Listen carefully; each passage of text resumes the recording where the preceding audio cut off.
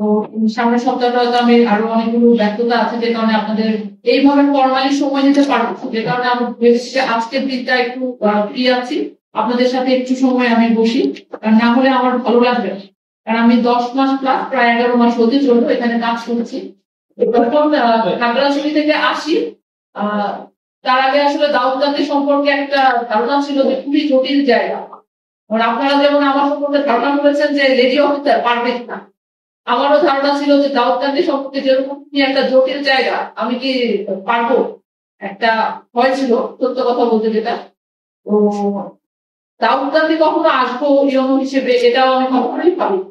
আমি চান্দিনা উপজেলায় রেফারেন্স ছিলাম বছর 7 মাস, সেখানে হয়তো আপনাদের সহকর্মীরা অনেকেই আছেন, আমার ফোন করতে জানবেন।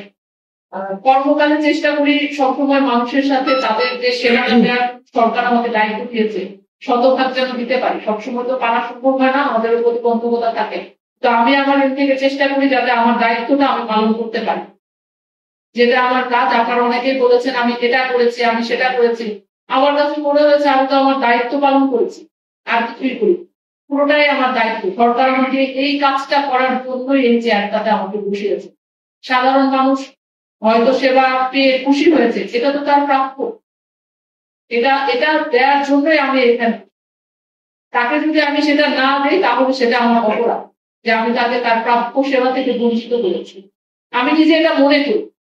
আর প্রত্যেকে আপনারা এখানে আছেন, অনেক ধরনের প্রতিবন্ধকতা আমার এখানে এসেছে। আপনারা অনেকে জানেন, একজন বলেছেন প্রথম যখন এখানে শুরু করি তখন তো আসলে আমি কাউকেই চিনি না, কিছুই জানি না, কিন্তু একটা এথিক্স মেইনটেইন করেছি যে সকলের সাথে চেষ্টা করবো সম আচরণ করবো, বায়াসনেসটা দেখাতে চাই, যাতে মানুষের এই ধারণাটা আমার প্রতি না হয় যে আমি স্পেসিফিক কোনো একটা গোষ্ঠী বলেন বা কোনো দল বলেন কারোর জন্য আলাদাভাবে কিছু করছি।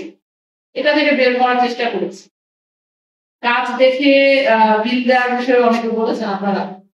আমি আমার ছোট্ট একটা অভিজ্ঞতা বলি। খাগড়াছড়িতে যেহেতু আমি 1 বছর 1 মাস ছিলাম, আপনাদের মতো ওইখানকার সম্পর্কে কিছুটা হলে ধারণা আছে। ওখানকার কিছু ভেতরের কিছু পার্টি আছে, ইউপিডিএফ বলে, জেএসএফ বলে, ভেতরের দিকে তারা হচ্ছে কিছু কাজ করে, ধরেন কন্ট্রাক্ট নেয়, অথবা যারা কন্ট্রাক্ট পায় তাদের কাছ থেকে তারা আবার ওটা তাদের মতো করে ডিল করে কাজটা তারা করে। আগের কোনো ইউনিয়নরা আমি শুনিনি তারা ওই কাজগুলো দেখতে গিয়েছে, আমি গিয়েছি।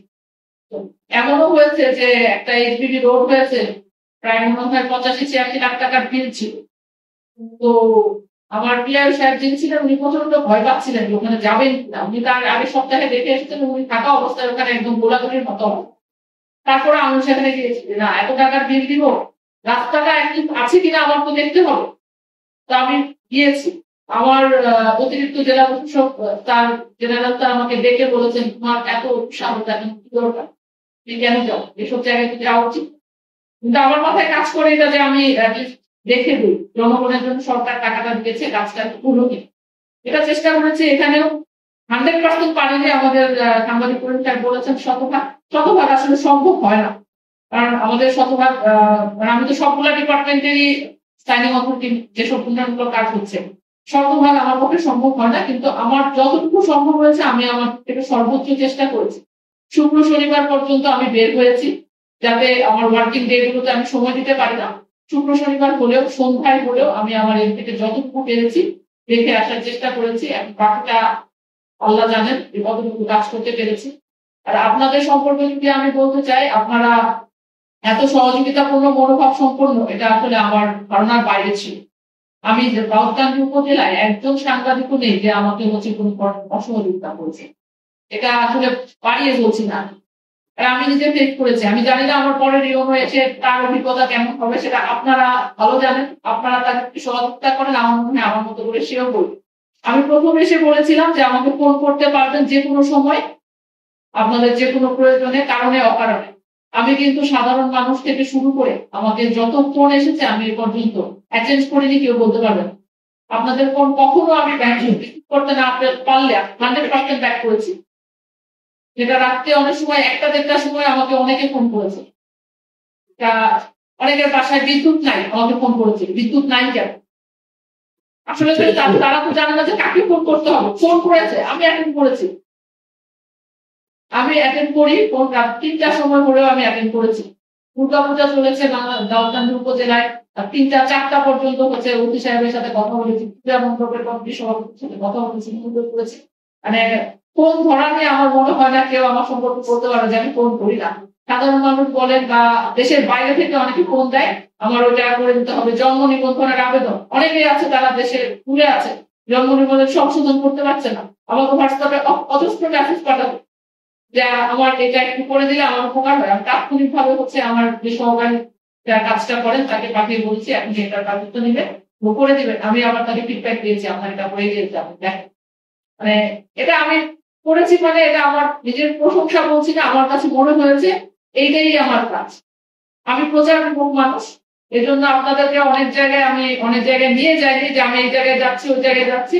আমি চাকরি শুরু থেকেই সবসময় ফেসবুকেও, আমার পার্সোনাল ফেসবুকে কে আছেন আমি জানি না, এখানে হয়তো কেউই নাই এখন। আমি পার্সোনাল ফেসবুকে তেমন কিছু শেয়ার করতে, অফিসিয়াল ফেসবুকে এখানে তেমন শেয়ার করি, কারণ আমার মনে হয় আমি যে কাজ করি মানুষ এমনি জানবে, আমার প্রচার করার দরকার। কাজটার জন্যই তো আমাকে দিয়েছে, এটাই তো আমার কাজ। আমি কেন বারবার বলবো যে আমি এটা করেছি আমি এটা করেছি, এটাই তো আমার।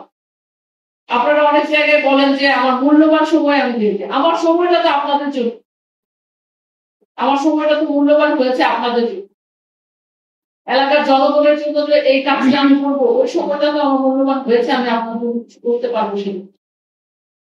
আমি কথা বাড়াবো না, আপনাদের সকলের কাছে আমি কৃতজ্ঞ। আপনারা আমাকে যে সহযোগিতাটা করেছেন সেটা আমার আজীবন মনে থাকবে। আর আমার পার্সোনাল নাম্বারটা আমি দিয়ে যাব আপনাদেরকে, আশা করি আপনারা যোগাযোগ রাখবেন, কারণ সবারটা আমার এখন আমার পার্সোনাল নাম্বার সেভ করা সম্ভব নয়। আমি আপনাদের কাছে দিয়ে যাব, আপনারা যে কোনো সময় আমাকে নক করবেন। এবং আমি তো ফোন বলেছি আমার পার্সোনাল নাম্বারেও আমি বলি, অফিসিয়াল নাম্বারেও বলি।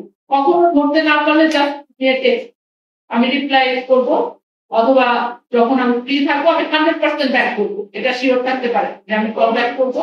আমার জন্য দোয়া রাখবেন।